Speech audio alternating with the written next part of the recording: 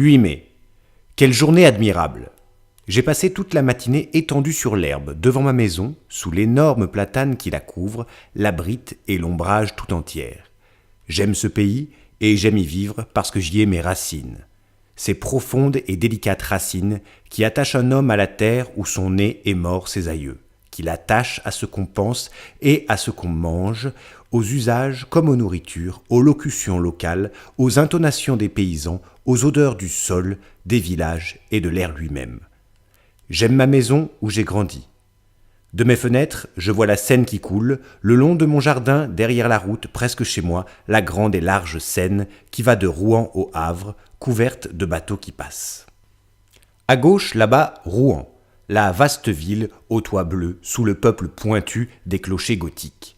Ils sont innombrables, frêles ou larges, dominés par la flèche de fond de la cathédrale et pleins de cloches qui sonnent dans l'air bleu des belles matinées, jetant jusqu'à moi leur doux et lointain bourdonnement de fer, leur chant d'airain que la brise m'apporte, tantôt plus fort et tantôt plus affaibli, suivant qu'elle s'éveille ou s'assoupit.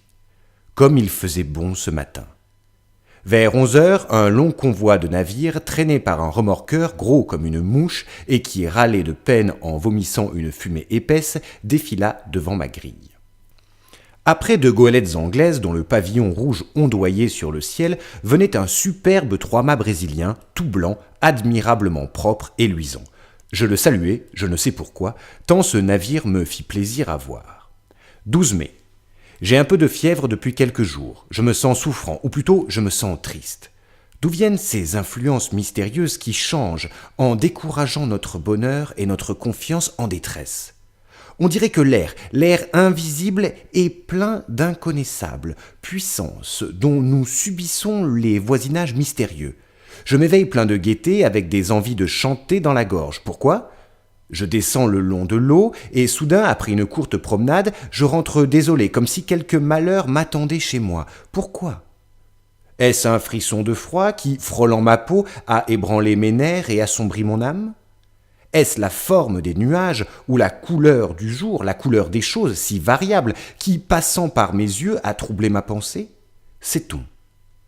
Tout ce qui nous entoure, tout ce que nous voyons sans le regarder, tout ce que nous frôlons sans le connaître, tout ce que nous touchons sans le palper, tout ce que nous rencontrons sans le distinguer, a sur nous, sur nos organes et par eux sur nos idées, sur notre cœur lui-même, des effets rapides, surprenants et inexplicables. Comme il est profond, ce mystère de l'invisible. Nous ne le pouvons sonder avec nos sens misérables, avec nos yeux qui ne savent apercevoir ni le trop petit, ni le trop grand, ni le trop près, ni le trop loin, ni les habitants d'une étoile, ni les habitants d'une goutte d'eau, avec nos oreilles qui nous trompent, car elles nous transmettent les vibrations de l'air en notes sonores. Elles sont des fées qui font ce miracle de changer en bruit ce mouvement et par cette métamorphose donnent naissance à la musique qui rend chantante l'agitation muette de la nature. Avec notre odorat, plus faible que celui du chien, avec notre goût qui peut à peine discerner l'âge d'un vin. Ah, si nous avions d'autres organes qui accompliraient en notre faveur d'autres miracles, que de choses nous pourrions découvrir encore autour de nous. 16 mai. Je suis malade, décidément. Je me portais si bien le mois dernier. J'ai la fièvre, une fièvre atroce, ou plutôt un énervement fiévreux qui rend mon âme aussi souffrante que mon corps. J'ai sans cesse cette sensation affreuse d'un danger menaçant, cette appréhension d'un malheur qui vient, ou de la mort qui approche, ce pressentiment qui est sans doute l'atteinte d'un mal encore inconnu, germant dans le sang et dans la chair. 18 mai. Je viens d'aller consulter un médecin, car je ne pouvais plus dormir. Il m'a trouvé le pouls rapide, l'œil dilaté, les nerfs vibrants, mais sans aucun symptôme alarmant. Je dois me soumettre aux douches et boire du bromure de potassium. 25 mai. Aucun changement. Mon état vraiment est bizarre. À mesure qu'approche le soir, une inquiétude incompréhensible m'envahit, comme si la nuit cachait pour moi une menace terrible. Je dîne vite, puis j'essaie de lire, mais je ne comprends pas les mots. Je distingue à peine les lettres. Je marche alors dans mon salon, de long en large, sous l'oppression d'une crainte confuse et irrésistible, la crainte du sommeil et la crainte du lit. Vers 10 heures, je monte dans ma chambre. À peine entré, je donne 2 tours de clé et je pousse les verrous. J'ai peur. De quoi? Je ne redoutais rien jusqu'ici. J'ouvre mes armoires, je regarde sous mon lit, j'écoute. Quoi? Est-ce étrange qu'un simple malaise, un trouble de la circulation peut-être, l'irritation d'un filet nerveux, un peu de congestion, une toute petite perturbation dans le fonctionnement si imparfait et si délicat de notre machine vivante, puisse faire un mélancolique du plus joyeux des hommes et un poltron du plus brave? Puis, je me couche et j'attends le sommeil comme on attendrait le bourreau. Je l'attends avec l'épouvante de sa venue, et mon cœur bat, et mes jambes frémissent, et tout mon corps tressaille dans la chaleur des draps, jusqu'au moment où je tombe tout à coup dans le repos, comme on tomberait pour s'y noyer, dans un gouffre d'eau stagnante. Je ne le sens pas venir, comme autrefois, ce sommeil perfide, caché près de moi, qui me guette, qui va me saisir par la tête, me fermer les yeux, m'anéantir. Je dors, longtemps. 2 ou 3 heures, puis un rêve, non, un cauchemar m'étreint. Je sens bien que je suis couché et que je dors, je le sens et je le sais, et je sens aussi que quelqu'un s'approche de moi, me regarde, me palpe, monte sur mon lit, s'agenouille sur ma poitrine, me prend le cou entre ses mains et serre de toute sa force pour m'étrangler. Moi, je me débats, lié par cette impuissance atroce qui nous paralyse dans les songes. Je veux crier, je ne peux pas. Je veux remuer, je ne peux pas. J'essaie, avec des efforts affreux, en haletant, de me tourner, de rejeter cet être qui m'écrase et qui m'étouffe. Je ne peux pas. Et soudain, je m'éveille, affolé, couvert de sueur. J'allume une bougie. Je suis seul. Après cette crise, qui se renouvelle toutes les nuits, je dors enfin avec calme jusqu'à l'aurore. 2 juin. Mon état s'est encore aggravé. Qu'ai-je donc? Le bromure n'y fait rien, les douches n'y font rien. Tantôt, pour fatiguer mon corps, si las pourtant, j'allais faire un tour dans la forêt de Roumare. Je crus d'abord que l'air frais, léger et doux, plein d'odeurs d'herbe et de feuilles, me versait aux veines un sang nouveau. Au cœur, une énergie nouvelle. Je pris une grande avenue de chasse, puis je tournai vers la Bouille par une allée étroite entre 2 armées d'arbres démesurément hautes qui mettaient un toit vert, épais, presque noir entre le ciel et moi. Un frisson me saisit soudain, non pas un frisson de froid, mais un étrange frisson d'angoisse. Je hâtai le pas, inquiet d'être seul dans ce bois, apeuré sans raison, stupidement, par la profonde solitude. Tout à coup, il me sembla que j'étais suivi, qu'on marchait sur mes talons, tout prêt à me toucher. Je me retournai brusquement, j'étais seul.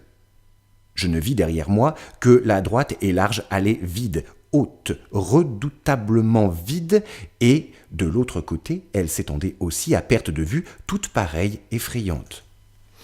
Je fermai les yeux. Pourquoi ? Et je me mis à tourner sur un talon très vite, comme une toupie. Je faillis tomber. Je rouvris les yeux, les arbres dansaient, la terre flottait. Je dus m'asseoir, puis je ne savais plus par où j'étais venu. Bizarre idée. Je ne savais plus du tout. Je partis par le côté qui se trouvait à ma droite, et je revins dans l'avenue qui m'avait amené au milieu de la forêt. 3 juin. La nuit a été horrible. Je vais m'absenter pendant quelques semaines. Un petit voyage, sans doute, me remettra. 2 juillet. Je rentre, je suis guéri. J'ai fait d'ailleurs une excursion charmante. J'ai visité le mont Saint-Michel que je ne connaissais pas. Quelle vision quand on arrive, comme moi, à Avranches, vers la fin du jour. La ville est sur une colline, et on me conduisit dans le jardin public, au bout de la cité. Je poussai un cri d'étonnement. Une baie démesurée s'étendait devant moi, à perte de vue, entre 2 côtes écartées, se perdant au loin dans les brumes. Et au milieu de cette immense baie jaune, sous un ciel d'or et de clarté, s'élevait sombre et pointu un mont étrange, au milieu des sables. Le soleil venait de disparaître, et sur l'horizon encore flamboyant se dessinait le profil de ce fantastique rocher qui porte sur son sommet un fantastique monument. Dès l'aurore, j'allai vers lui. La mer était basse, comme la veille au soir, et je regardais se dresser devant moi, à mesure que j'approchais d'elle, la surprenante abbaye. Après plusieurs heures de marche, j'atteignis l'énorme bloc de pierre qui porte la petite cité dominée par la grande église. Ayant gravi la rue étroite et rapide, j'entrai dans la plus admirable demeure gothique construite pour Dieu sur la terre. Vaste comme une ville, pleine de salles basses écrasées sous des voûtes et de hautes galeries que soutiennent de frêles colonnes. J'entrai dans ce gigantesque bijou de granit, aussi léger qu'une dentelle, couvert de tours, de sveltes clochetons, où montent des escaliers tordus et qui lancent dans le ciel bleu des jours, dans le ciel noir des nuits, leurs têtes bizarres, hérissées de chimères, de diables, de bêtes fantastiques, de fleurs monstrueuses et reliées l'un à l'autre par de fines arches ouvragées. Quand je fus sur le sommet, je dis au moine qui m'accompagnait « Mon père, comme vous devez être bien ici. » Il répondit « Il y a beaucoup de vent, monsieur. » Et nous nous mîmes à causer en regardant monter la mer qui courait sur le sable et le couvrait d'une cuirasse d'acier. Et le moine me conta des histoires, toutes les vieilles histoires de ce lieu, des légendes, toujours des légendes. Une d'elles me frappa beaucoup. Les gens du pays, ceux du mont, prétendent qu'on entend parler la nuit dans les sables, puis qu'on entend bêler deux chèvres, l'une avec une voix forte, l'autre avec une voix faible. Les incrédules affirment que ce sont les cris des oiseaux de mer, qui ressemblent tantôt à des bêlements et tantôt à des plaintes humaines. Mais les pêcheurs attardés jurent avoir rencontré, rôdant sur les dunes, entre deux marées autour de la petite ville jetée ainsi loin du monde, un vieux berger dont on ne voit jamais la tête couverte de son manteau et qui conduit, en marchant devant eux, un bouc à figure d'homme et une chèvre à figure de femme, tous deux avec de longs cheveux blancs et parlant sans cesse, se querellant dans une langue inconnue, puis cessant soudain de crier pour bêler de toute leur force. Je dis au moine, « Y croyez-vous » Il murmura « Je ne sais pas ». Je repris « S'il existait sur la terre d'autres êtres que nous, comment ne les connaîtrions-nous point depuis si longtemps? Comment ne les auriez-vous pas vus, vous? Comment ne les aurais-je pas vus, moi ?» Il répondit « Est-ce que nous voyons la 100 millième partie de ce qui existe? Tenez, voici le vent, qui est la plus grande force de la nature, qui renverse les hommes, abat les édifices, déracine les arbres, soulève la mer en montagne d'eau, détruit les falaises et jette au brisant les grands navires, le vent qui tue, qui siffle, qui gémit, qui mugit. L'avez-vous vu? Et pouvez-vous le voir? Il existe pourtant. Je me tus devant ce simple raisonnement. Cet homme était un sage ou peut-être un sot. Je ne l'aurais pu affirmer au juste, mais je me tus. Ce qu'il disait là, je l'avais pensé souvent. 3 juillet. J'ai mal dormi, certes. Il y a ici une influence fiévreuse, car mon cocher souffre du même mal que moi. En rentrant hier, j'avais remarqué sa pâleur singulière. Je lui demandai « Qu'est-ce que vous avez, Jean ?» « J'ai que je ne peux plus me reposer, monsieur. Ce sont mes nuits qui mangent mes jours. Depuis le départ de monsieur, cela me tient comme un sort. » Les autres domestiques vont bien cependant, mais j'ai grand peur d'être repris, moi.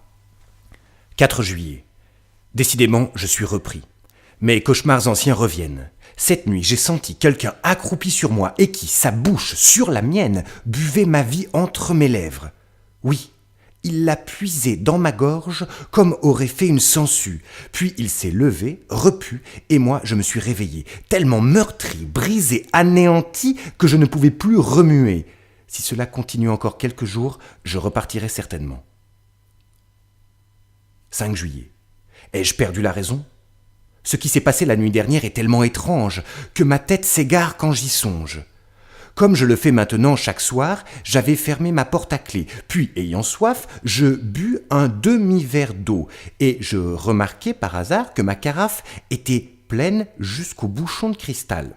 Je me couchai ensuite et je tombai dans un de mes sommeils épouvantables dont je fus tiré au bout de 2 heures environ par une secousse plus affreuse encore.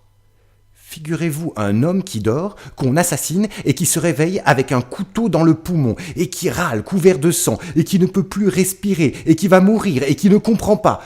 Voilà. Ayant enfin reconquis ma raison, j'eus soif de nouveau.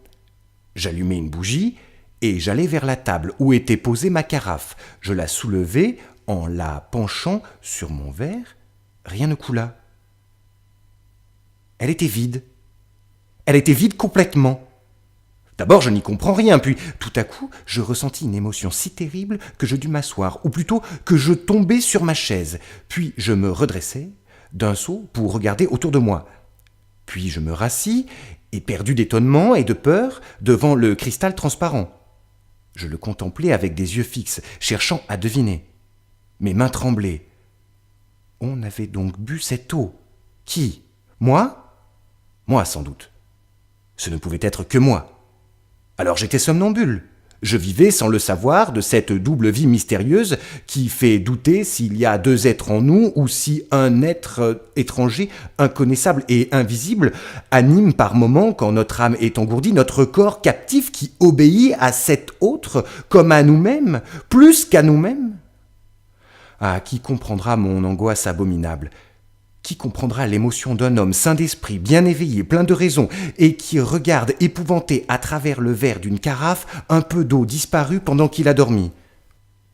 Et je restai là jusqu'au jour, sans oser regagner mon lit. 6 juillet, je deviens fou. On a encore bu toute ma carafe cette nuit, ou plutôt je l'ai bu. Mais est-ce moi? Est-ce moi? Qui serait-ce? Qui? Oh mon Dieu, je deviens fou. Qui me sauvera?